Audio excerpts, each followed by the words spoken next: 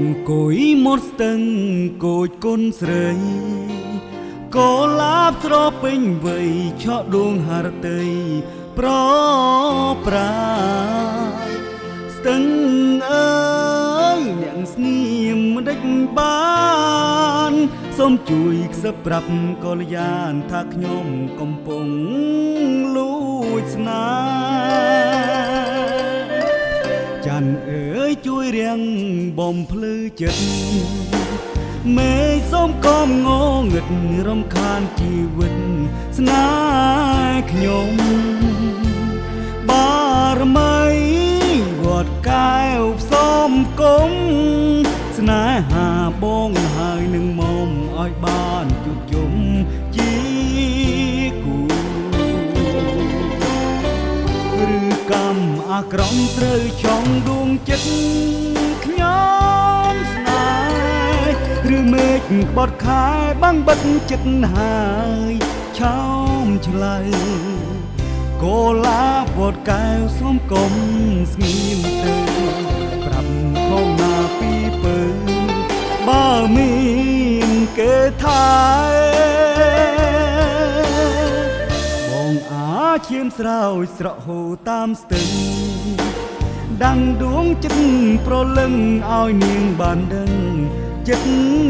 ស្នេហ៍ស្ទឹងអើយអ្នកកុំព្រួលប្រែ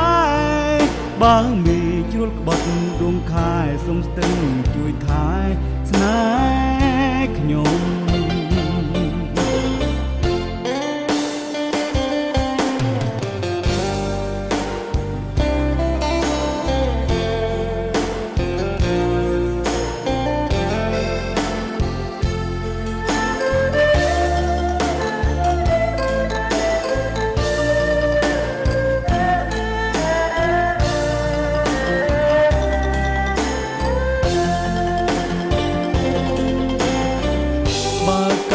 អាក្រក់ត្រូវឆក់ដួងចិត្តខ្ញុំស្នេហ៍ឬមេឃបត់ខែបាំងបិទចិត្តហើយឆោមឆ្លៃកូឡាវត្តកែវសូមកុំស្ងៀមទៅប្រាប់ផងណាពីពើបើមានគេថាបងអាឈាមស្រោចស្រក់ហូរតាមស្ទឹងដាំងដួងចិត្តប្រលឹងឲ្យនាងបានដឹងចិត្តស្នេហ៍ស្ទឹងអើយអ្នកកុំព្រួលប្រែ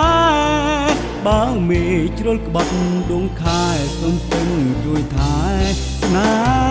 ហ៍ខ្ញុំ